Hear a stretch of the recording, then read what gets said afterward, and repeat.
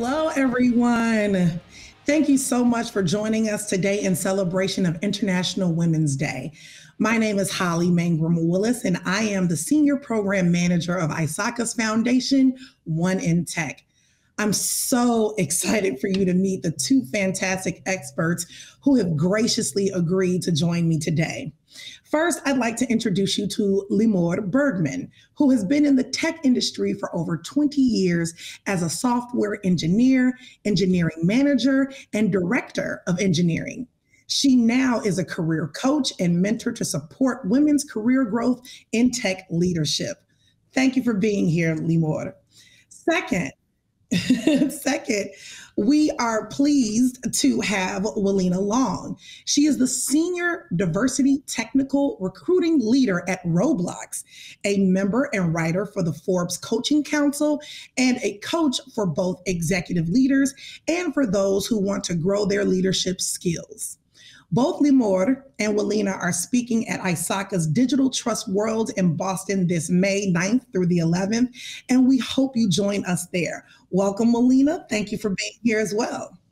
As you all know, today is International Women's Day, and the theme for 2023 is Embrace Equity. Everybody, give yourself a hug. Give yourself a hug. Embrace that equity. Focusing conversations on equity reminds us that equity isn't just nice to have, it's a must have and needs to be a part of every organization's DNA. And it is critical to understand the difference between equity and equality, right? The International Women's 2023 Embrace Equity campaign theme is inspiring us to discuss why equal opportunities just aren't enough.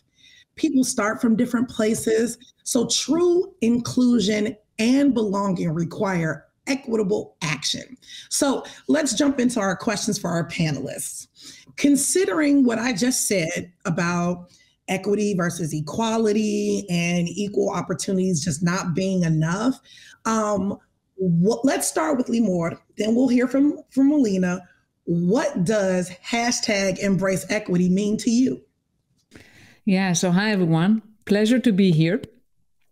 So I think, first of all, before I jump what it means to me, I just want to double click on what you said, Holly, that organizations typically put a lot of attention about equal opportunities and hiring diverse talent, not just women, people of color, and basically hiring people from different backgrounds. But that's just the beginning. And it's a path to supporting those people, and in that case, women, because we are in International Women's Day. How do you support the women that you hire, gives them the opportunities to grow, excel, and bring their skills to action? So it starts with equal pay and providing all the support that they need. For example, when I was working in tech, I got coaching, I got mentorship, and I had sponsors who believe in me. How do you reduce bias and microaggressions towards women in your organization? So embracing equity means a lot of things, but in short, making proactive measures to make sure that your workplace is an inclusive place for women and for everyone, that they have equal opportunities for growth and advancing their careers. Oh, I like that. Making proactive measures. I think that's a key word that is often left out of the conversation. Willena, what does it mean to you? Yeah, I would say the same. I think it's about embracing the differences that we all bring to the table so that we can evolve ultimately, right? So that our companies, the people that work at the companies have an opportunity to truly build an inclusive environment where everyone has a seat at the table. It's not just for one type of person. Awesome. Thank you for that. So our ISACA community, as you may know, is in pursuit of digital trust for their enterprises. So let's get a little bit more specific. What does gender equity in the digital trust profession like cybersecurity, audit, governance look like? What can enterprises do to ensure that their hiring practices do embrace equity? Willena? Yeah, I think one is a very hot topic right now, which is offering that flexible work-life arrangement or work-life balance. There's a tug and pull right now happening where some companies want people to come into the office, some people are fully committed to virtual. If there's an opportunity to marry the two or commit to virtual, of course, would be ideal. Also, implementing gender neutral job descriptions where it's inclusive language. We don't realize it, but there are studies that show if you have certain dialogue or language in job descriptions, more men versus women would are applying for those positions simply based on how you were describing the role. So ensure that there is that neutral dialogue so that each person feels invited and warm about wanting to work for that company and for that particular role. I like that concept of neutral dialogue, because a lot of times when we talk about gender equity, folks tend to think that we have to swing all the way to another side, right? And that's not necessarily what we're saying. We're saying, hey, we're trying to meet in the middle. Let's get that neutral language. Let's get that remove bias in general for everyone. Right? And be more inclusive. Limor, would you like to weigh in here?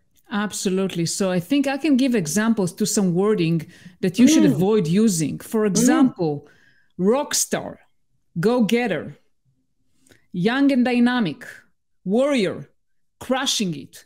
Different words that have muscular meanings and women can relate less to. I also want to mention that, and I was hiring for years, and I was hiring for technical roles. And I know how it is from the hiring manager perspective. We usually try to shoot for the moon. Usually job descriptions include more than what one person can fit, and women are less likely to apply to positions that they don't feel 100% qualified for. So I also want to encourage employers to take that into considerations when you write a job description and flex the job description a little bit, and not to include too many requirements that can shy women away from applying.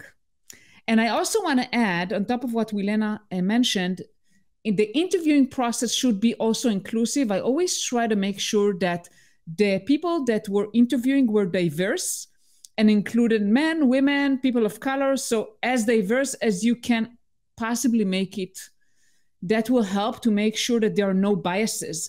Also, when you have a well-defined interviewing process, even sometimes formalizing it with what kind of questions you're looking for, it helps reducing biases. One of the problems in interviewing that people have biases, sometimes unconscious, and you should do as much as possible to remove those biases.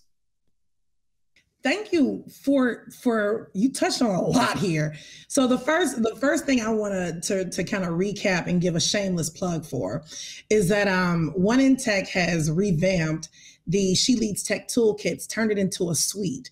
And you talked about basically more inclusive language, which in our inclusion toolkit within the suite, we have an inclusive language module that talks about outdated language versus what is more current and more acceptable. We even address more violent language, right? You were talking about some of those keywords like rock star and warrior, things of that nature that are more masculine in content. So thank you for that. And it piqued my interest to kind of dig in a little bit more and provide more learning for some of that terminology in the job description. So thank you for that. But the other thing that you really touched on was women not feeling as if they're qualified to apply for the opportunities, right? And I think that that's a good opportunity to bring in to the conversation mentorship, sponsorship, people in power using their power to elevate someone else, to see having that one-on-one relationship, to see things in a woman professional that she might not even see and highlight those as being eligible for those higher opportunities, right? So I think that you bring up some excellent things there. Thank you.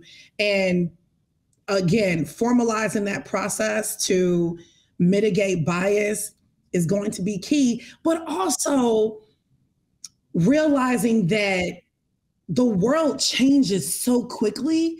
And so even if you formalize a process, you will probably have to revisit it on a regular cadence to make sure that you are current with where the world is going. So let's kind of transition a little bit more into this conversation of digital trust.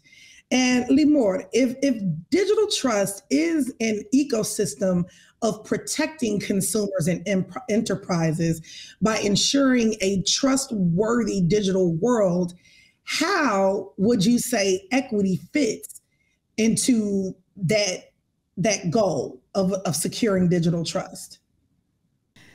That's a difficult question for me to answer, but I would say one aspect that I would say is making sure that in the digital world, accessibility is taking into consideration, and the tools that we develop are accessible to everyone. And this is not just about gender, but also about people with disabilities, and making sure that we provide the accessibility for everyone to the same level of trust and security. Awesome. Willena? Yes. Take a sip, sis. Yes. No, I agree. I think it's everyone's job. And not to just think that it's one person or one team or one committee that makes the decision to ensure that we're all, again, back to having a kind of a seat at the table. It's everyone's job. So we have to take it on ourselves to move forward, and how can we build inclusive teams to ensure that that continues to happen. Pushing a little bit more, we see a lot of companies talk about diversity and equity, but the actions don't follow. So digging deeper into the performative nature. Willena, for those who are looking to work for employers who embrace equity, what are some good indicators that the organization truly does prioritize this, that they are truly and not performatively about gender inclusion, equity, and as to Limor's point, just eliminating bias in general and cognizant of biases that could exist? Yeah, that's a great question. So you have to think about, many companies will say, yes, we want to be inclusive in who we hire, and, we're pro this and pro that and all of that. But look at where they publicly are truly representing. So what does their diversity report look like? What are their true numbers? One can say, yes, we want a true 50-50 of diversity and all of this and that and the other. But if their numbers are 10% or less, which is, unfortunately where the tech numbers are standing, then there's a lot of work that still needs to be done. And you need to identify, what are they doing? Do you see them at diversity and inclusion events? Do they have employee research groups? When you're going through the interview process, these are questions that you could ask. What does their leadership actually look like?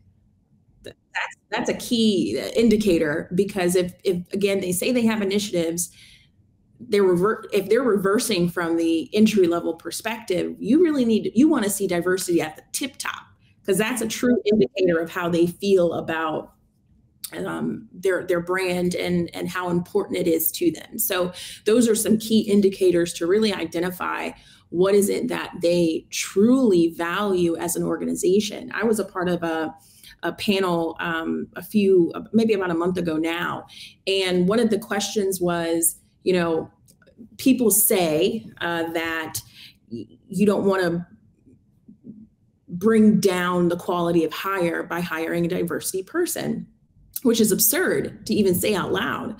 And the response was, you have to, you may have two people. One is a diverse candidate, may have the exact level of experience as this non-diverse candidate, and you have to identify, what is the long-term goal of the organization? That's the next level in which you take the perspective of hiring, because now you're looking in advance. Is diversity more important than just hiring period?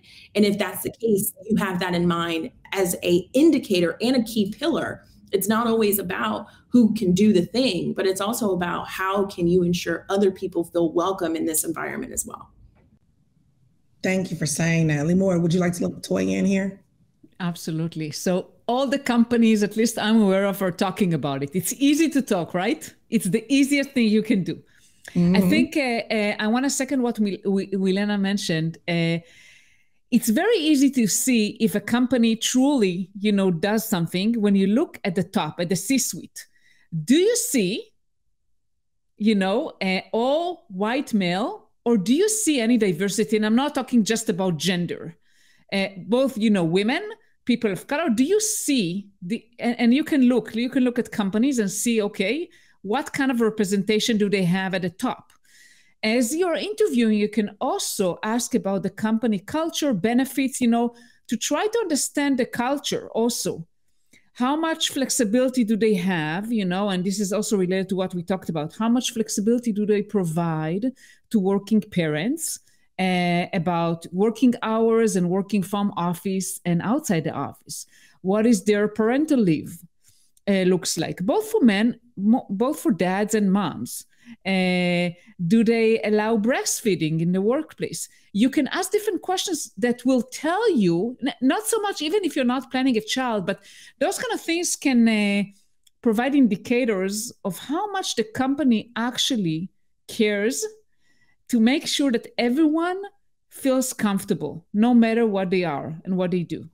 Absolutely. I loved the totality of what you all brought up. Willena discussed more public-facing opportunities that would demonstrate a company's commitment to equity, right? And Limor talked about more internal things, right? And I would also like to bring up more tangible things. Like I would ask a company, what are your diversity statistics, right? There was someone in the chat who said, let's talk about, I think Heather, who said, let's talk about pay.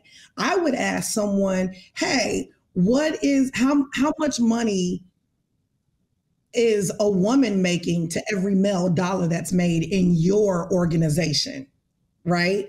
How many women are at the top or at all levels of your, like, give me some brass, cold, hard statistics, because again, if they don't have those statistics, then they don't have a lens. If they say that they're equitable, inclusive, how can you be that and you don't have a starting point?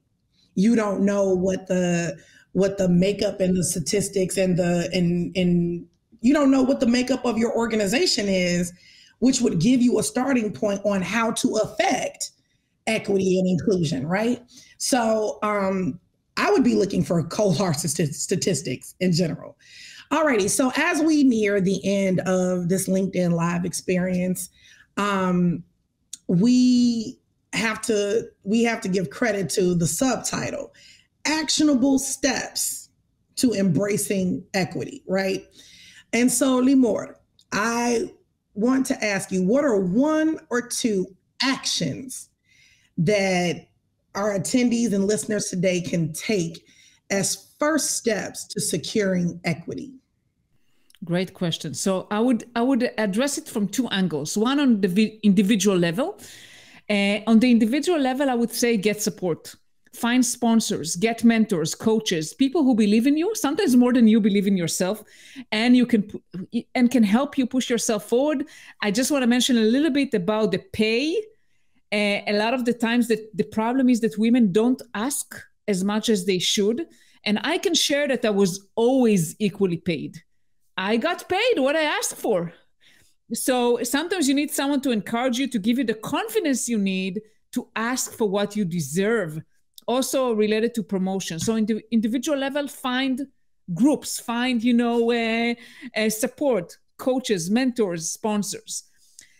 On the company level, companies should allow first a safe space. ERGs, encourage discussions, give the resources that they can. It can be money, but it doesn't have to be just money. Educational opportunities, again, funding different activities that are important for those people, for women, for example, and make sure that they handle situations of microaggressions and bias. Do not allow that to happen. I've seen way too many companies just don't do anything about it. Don't allow microaggressions in the workplace. That is a word, Limor. Willena? Yeah, that's powerful. And that goes to one of my thoughts is speak up. If you, as they say, if you see something, say something. If there's something that you're experiencing that makes you like tilt your head to the side a little bit, like, what did you just say? And even if it has nothing to do with you, be an advocate for others, not just worrying about yourself. Think of others, and if it doesn't make sense to you, they probably should not have said it. So speak up. There's an opportunity to learn from each person. People don't always understand the things that they say have impact. And it's our job to speak up for everyone. And in the same breath, educate yourself. Take the time to understand what equity, diversity, and inclusion means for your brand, for your company, for yourself, and understand, what experiences that other groups are going through various times in the world, whether it be reading books, attending workshops, online classes, internal trainings. Ask the company for these things. If your company if you've never attended a diversity, equity, and inclusion meeting or workshop inside of your organization, you might want to reach out to one of us to help your company do it, because you should. In this day and age, we need to ensure that we all are working together to make sure that our voices are heard, but also that we're learning and that we have the ability to experience through the lens of others. Those are that would be my top two. Thank you for that. When you said speak up, I thought about someone told me with regard to my career that silence was consent. That if I didn't speak up for myself, then that meant that I was content and complacent with where I was. And I was like, but do I have it to speak up? Am I allowed to speak up? And I think, to Limor's point, that's where those coaches and those sponsors and mentors came in, who said, hey, open your mouth. You can say this. You can ask for what you want. You can ask for what you need to do to be your authentic self and do the best job that you know how to do. And I would like to acknowledge that I know some of these prescriptives are easier said than done. And I want to encourage people that, gender equity is such a charged topic that any effort and commitment to it within your sphere of influence moves the needle. It moves the needle. You don't have to, put up a protesting sign or always change your banner or whatever. You can speak up for someone. And, in those that context, and from when I lost my train of thought earlier, I wanted to bring up allyship. That is extremely important. So we have a comment or question from the chat here, and James has said earlier in the conversation it was mentioned the word rock star was equated to toxic masculinity. I don't know if we said toxic. I didn't say toxic, but yeah, I don't know if we said toxic. Yeah. But the person recently attended a rock concert and would imagine many female rock stars are comfortable with the usage of the word as it is. So if I may address, we're not saying that people won't be comfortable with the word. What we're saying is that you don't know what people's comfortability or the connotations that they glean from the use of that word inside of a job description. And so to err on the side of caution, it's it's best to try to use as neutral language as possible. Again, not getting to the point of not swinging all the way one way in order to correct gender exclusion, but really trying to bring everyone together for this neutral meeting in the middle, essentially. Limor or Willena, would you like to add anything else to that? I think you said that perfectly. And obviously, every person is different, right? Absolutely. I mean, some women may find Rockstar like compelling. And a lot of times it's unconscious, right? I mean, women may read a job description that is using very muscular words and may feel uncomfortable. Some may feel comfortable. We don't know. As you mentioned, we want to reduce as much as possible the muscular terms and be more neutral. Absolutely. Absolutely. So with that, I just want to sincerely thank Limor and Willena for joining us and sharing your expertise today. Again, I would like to reiterate that these two incredible women will be featured at the Digital Trust World Conference in Boston, Massachusetts, May 9th through the 11th, along with Connie Balladinos, who the three of them will be a part of our She Leads Tech panel featured at the conference. So we hope that you will join us there. Thank you again. And thank you to everyone who has joined us. I would also like to thank Kristen Kessinger and Sean Blanchard for their assistance in producing this LinkedIn Live. For our ISACA members, please visit the link on your screen to learn more about One in Tech and our ongoing work to hashtag embrace equity on this International Women's Day for the rest of the month and for the rest of our lives. Let's move forward. Let's move this needle. So thank you. We have programming, scholarships, just everything for underrepresented people in the digital trust field. So make sure that you visit us at oneintech.org. And you may also visit the ISACA website to learn more about how to register for the Digital Trust World Conference. I encourage you to celebrate International Women's Day today and share this conversation with your colleagues on LinkedIn. Everyone, have a great day and happy International Women's Day. Take care and stay safe.